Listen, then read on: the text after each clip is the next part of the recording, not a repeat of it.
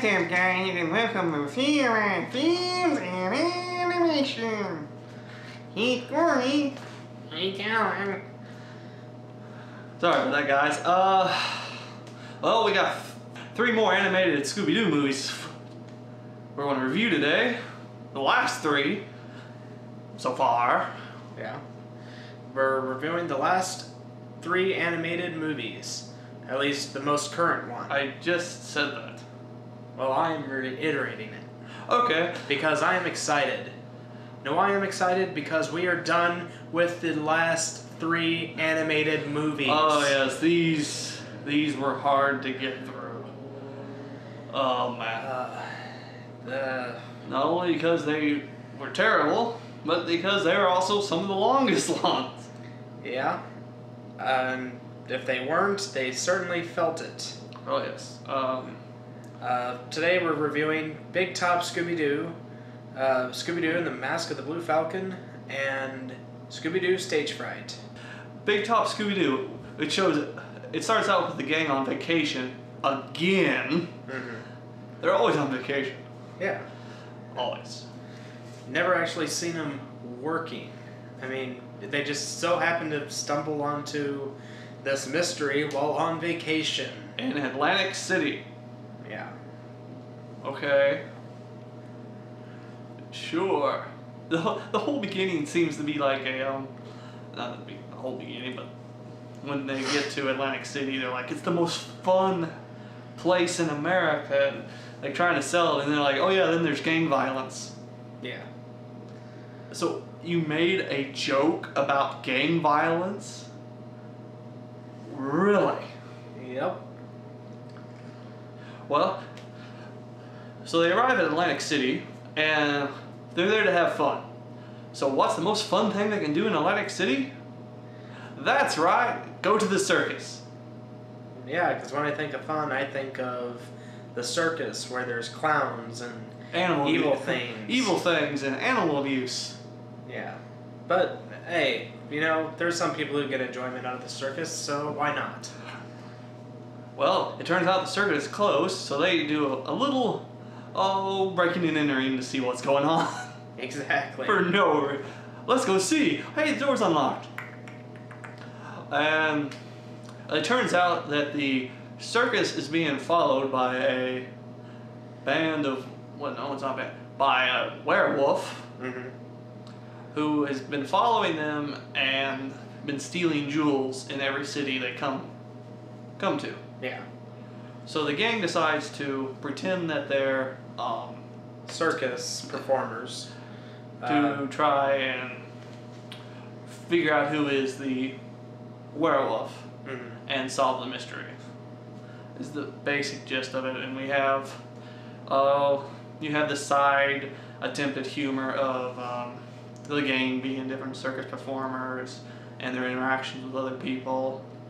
You get a really stupid side plot of Scooby and Shaggy.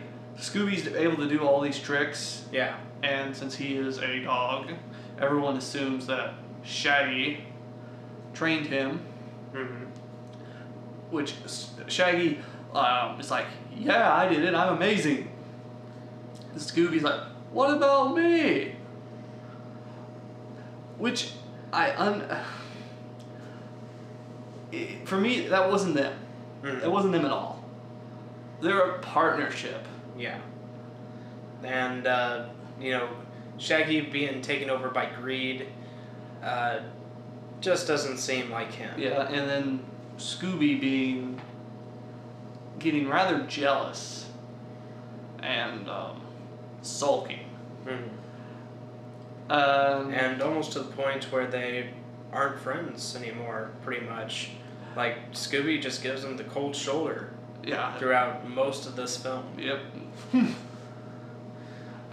Even to the point where they almost get themselves killed. Or seriously injured, rather. Yeah. This was meh, really. Yeah. It wasn't very good. Didn't really find it interesting at all. Yeah. In fact, I nearly fell asleep in it. Yes. There's not much humor in it. they let's see, there was this whole plot point that they tried to put in that the all the jewels that are being stolen are part of a spell that this werewolf does, so it can stay a werewolf. It can change its form whenever it wants to. Mm-hmm. I think they tried, without really saying to, that was just a ploy to throw them off.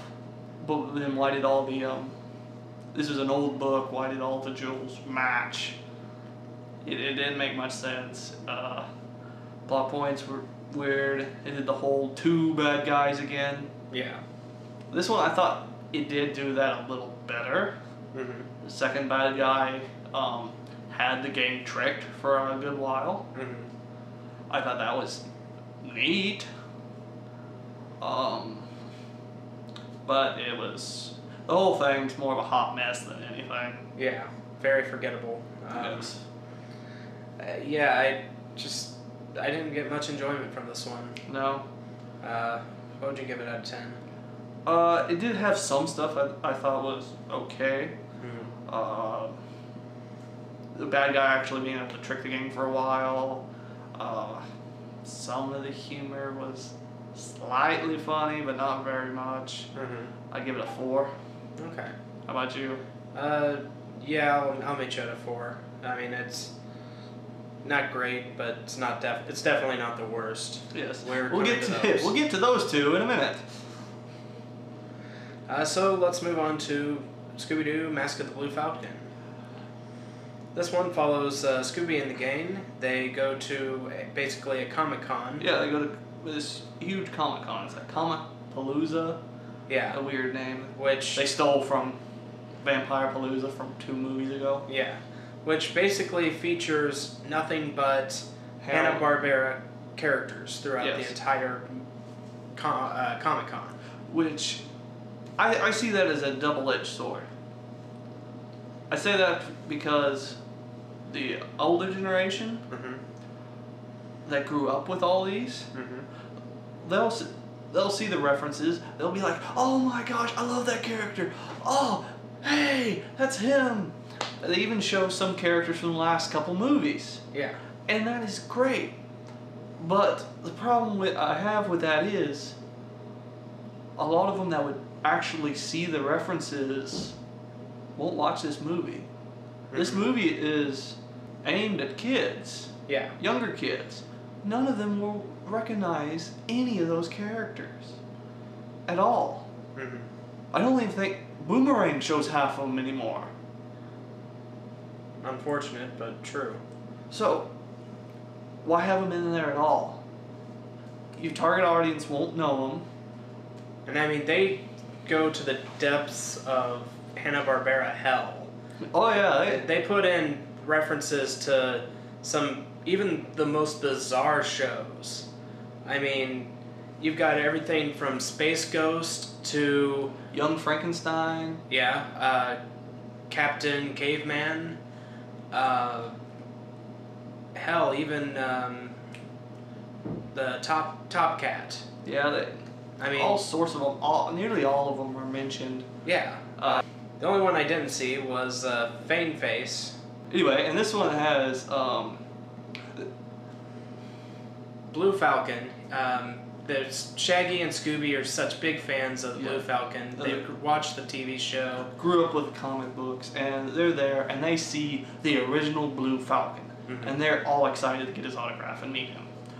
And it turns out their hero has become senile in his old age. He has become so because there has been a new Hollywood blockbuster of the Blue Falcon that has nothing to do with him whatsoever. Yeah. And they've made it so he can't even have anything to do with it. Or he'll be sued. Yeah. And that's his only source of income. So he is extremely frustrated.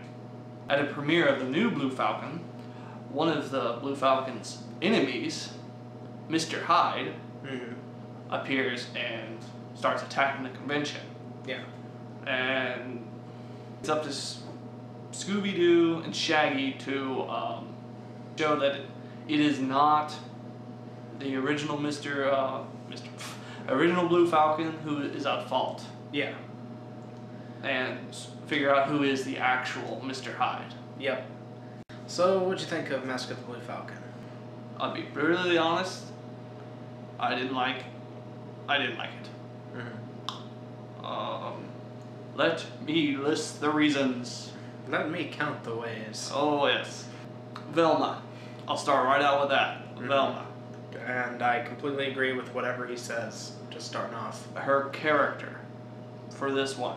For whatever reason, they decided to have it where she does not like the Comic-Con thing at all. Heavily. Does not like it at all. Yeah. And basically, she's a bitch in this movie. pretty much, yes. No rhyme, no reason. Yep, it's never told. She says she doesn't understand it, she didn't like it, and the fact that Scooby and Shaggy likes it, she thinks they're idiots. That's as far as that goes. She even so far is in one scene. She thinks that the suspect in the whole crime is the original Blue Falcon.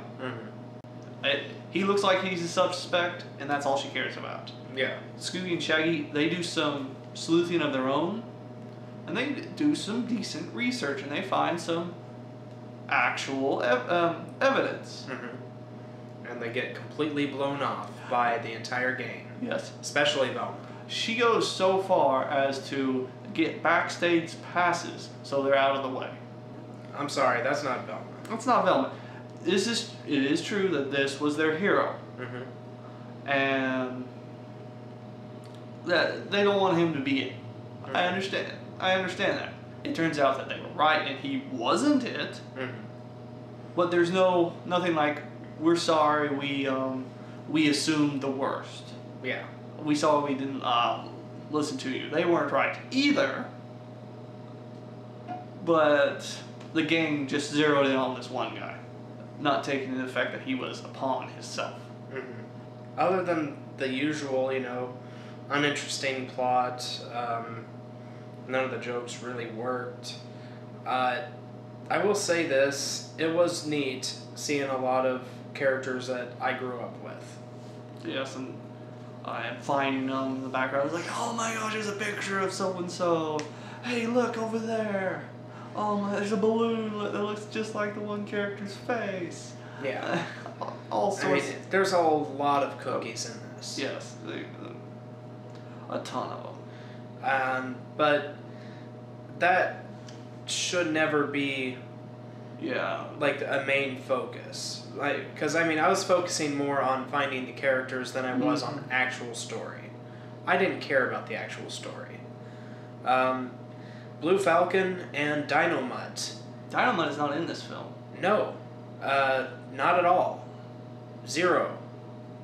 They make it seem like he's in it for like one scene, but it's not him. Yeah, the main thing is that it's in the universe they're making for this film. All these characters are also TV shows, also stuff, and whatnot. And Blue Falcon's an actor and whatnot. And as he said, they made a new one. It's a dark, edgier one, Blue Falcon that knows nothing of anything. Yeah, the actor never did his research and basically phoned in a performance. Yeah, which he didn't even want. Yeah, and that's more or less pisses off the original Falcon. Yeah, which of course it would. Yeah, I'd be pissed off too. Yeah, it's completely understandable. And the movie, in a way, it reminded me of like Nolan's Dark Knight. Yeah, Nolan's Dark Knight is good. We're not saying it's not. Yeah, no, but my analogy is that let's say Adam West, the original Batman actor for the 1960s TV show. It'd be like him being slugged off just because Nolan's Batman movies have come to life. Yeah, which I could see like similarities between that. I don't think that ever happened in real life. No, but yeah. I mean, that's more or less like a good analogy. Yes. And that would have been neat if it worked. I did think it was kind of funny because the director, the first time I saw this movie, I thought it was funny. The director of the new Blue Falcon film, they're making fun of Michael Bay. Yeah. Let's get rid of just storyline and just have explosions. And they said yes! Yay! And she lists off like 5 different similar Transformers style movie titles. Revenge of the Revenge Seekers. Seekers of Revenge against the Revenge Seekers. Stuff like that. It was so stupid. It's more of a chuckle than anything. But even that, the chuckle, the little hit, stuff throughout the entire film, none of it really redeems itself. No, the only thing I can say that even remotely redeems itself is Scooby and Shaggy's, their admiration for the character of the Blue Falcon and Dynamite. Yeah. And trying to prove that the Blue Falcon did not do it, and then this character is made to be remembered, pretty much. Yeah. And that is the only bright spot. The rest of it is garbage. It is. Especially the ending. I mean, the ending pissed me off. Yeah. And I'm just talking about the last scene. I literally was like, F you movie at the ending. You can vouch for that. Yeah. It turns out somewhere the guy who played the Blue Falcon has a costume and a flying car. And Dynamite is next to him. Nope, it's not. It's Scooby-Dooby-Doo. No, that's in the movie, which is just as stupid. Well, that's what I'm talking about. I was talking about the scene before that. Okay, well. Where he shows up in their real life with a flying car. Oh, okay. Then they show us that the director decided to make a sequel of the Blue Falcon movie. Which is what I'm talking about. Yes, that's what he's talking about. And in that one, Scooby-Doo plays the original Dynamite. And it is stupid as heck. The original Blue Falcon, that must mean... That's right, I'm your father. What? Are you trying to make a Star Wars reference? What the hell? They were. It wasn't even close. It made no sense for even what was going on there. It was a terrible, terrible film. Yeah. It has no... It has one redeeming quality for so many bad ones. And I'd say like a 1.5, because the half would go toward finding old characters from the shows and just kind of picking apart. 1.1. 1.1. That's your number. That's my number. I did not like this movie from beginning to end. It in fact pissed me off more than it did anything. As you said, the main thing of this movie should not be finding the Easter eggs of the other characters. Yeah. The story should drive it. Even if it's a mediocre story, it would have been an improvement for what it did. It's a slap in the face to Scooby-Doo fans and Hanna-Barbera fans. It really is. They were trying to satire some of the action industry that is popular now, but it doesn't work. I'm going to give Scooby-Doo Mask of the Blue Falcon a 2 out of 10. Not very good. It's actually one of the worst ones I've seen, but not nearly as bad as the next one. I think it's worse, but that's just me. The next one, we have Scooby-Doo Stage Fright. And this one decides to be different by having not 1, not 2, not even 3 villains, but... Not even 4, but 5.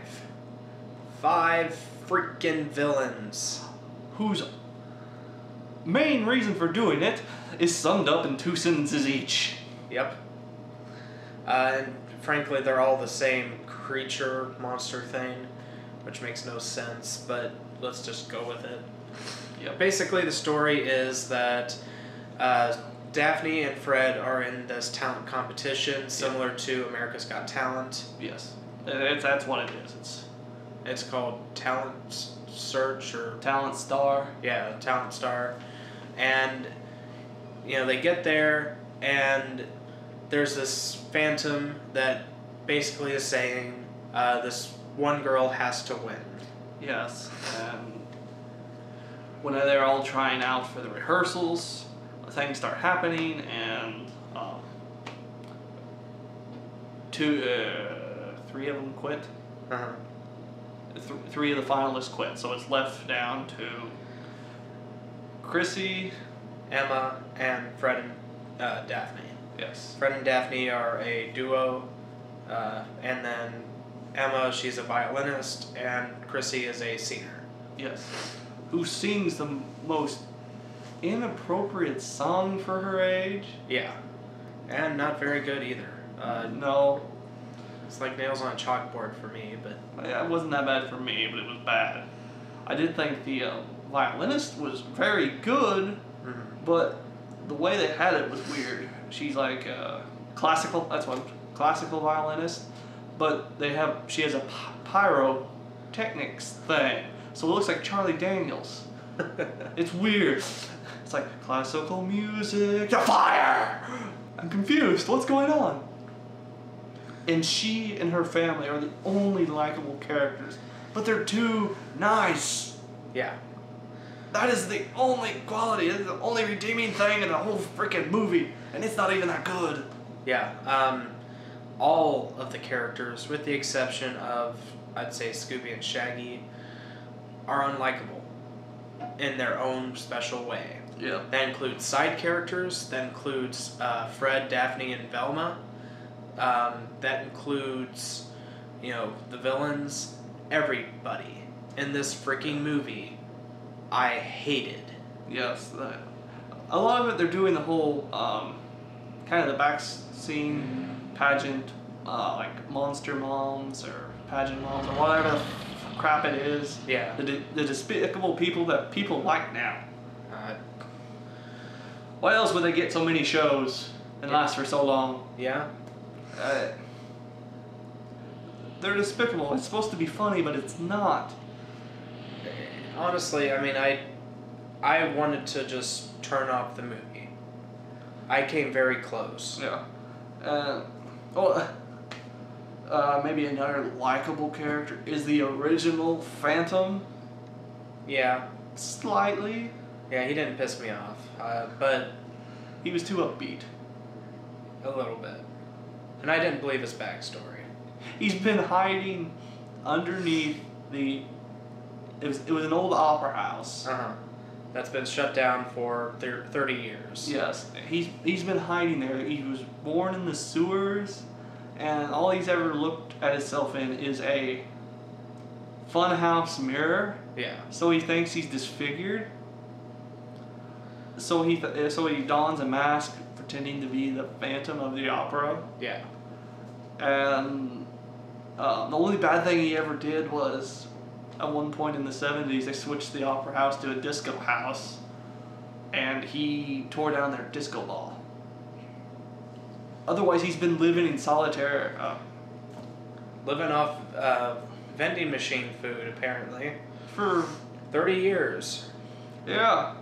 Explain that, movie. They find him and they show him what he actually looks like, and he's perfectly fine. They don't even arrest him for causing the property damage 30 years ago. If they arrested him for that, I would have lost it. They've done stuff for less than other ones. I know. The next one was the owner of the place now. He tries to burn the place down to get insurance money, and he's caught. Mm-hmm. The one after that is Chrissy's father. who tries to scare off everybody so she wins. Yeah, the Phantom is telling everyone that Chrissy must win. Yes. So we think that was the father who was telling everybody that. Yeah, because otherwise it's not explained. Yeah. Then it turns out that the director is also one of the Phantoms. And he's there to steal the soap diamond. Yeah. Which is mentioned once in the beginning. At the very beginning. Just, it's barely mentioned. Yes, and it turns out that he's been stealing cleaning supply themed jewelry for a while. Mm-hmm. He's like, I stole these other 2 jewels, and you need 3 for a collection. And Velma's like, that was you? Like it was important. Okay. He's caught. And the last one, it turns out that it was the host of the show, because the show had lost ratings. Yep. All of them terrible. Oh, we forgot the side plot of Daphne being madly in love with Fred, which, frankly, nobody saw that coming, Oh, right? no. They're in love? What? My world is alive! And it turns out Fred has feelings for her too, but by God, they will not talk to each other about it. They even have a thing at the At the end credits. Yeah. They have a scene that literally goes nowhere.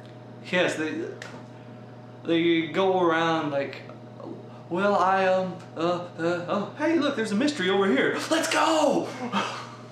Relieve the tension. This movie, fuck this movie. That's all I've got to say. It was not funny. The action was bad. Having 5 villains who apparently shop at the same villain costume store. Mm. They had a sale on the Phantom because it hasn't been popular since the original Phantom of the Opera. I can understand them having maybe 5 Phantoms. Make a couple of them look different. Yeah. I know it's a cash cow at this point, but at least put some effort into it. Yep. Completely agree. What'd you give this out of 10? Because I like the violinist a 1.9. Wow. You're being generous. I am, man. A little bit. As I said, I like the violinist. That's it. Mm-hmm. You? 0.5 out of 10. 0.5. This movie is complete dog shit to me. Not really any redeeming qualities other than the family, or Emma's family, being, relatable in a way. I mean, take pity on them a little bit. Yeah, basically, their farm is... They're bankrupt, pretty much, and they need the money to pay off the farm. Yeah. Which is all fine and good, but the way they handle everything is just bullshit. Yeah. But anyway. So tell us, guys, have you seen any of these movies? Why? Tell us what you thought of these movies. Did you like them? Did you dislike them? Anything at all, comment below, let us know. We'd love to hear your feedback. If you guys like this video, be sure to like, favorite, subscribe. Be sure to check out our other videos. Be sure to like us on Facebook and follow us on Twitter. If you have any movie suggestions or TV suggestions, feel free to leave them in the comments. As always, I'm Alan. I'm Corey. We'll see you guys in the next one. See you guys later.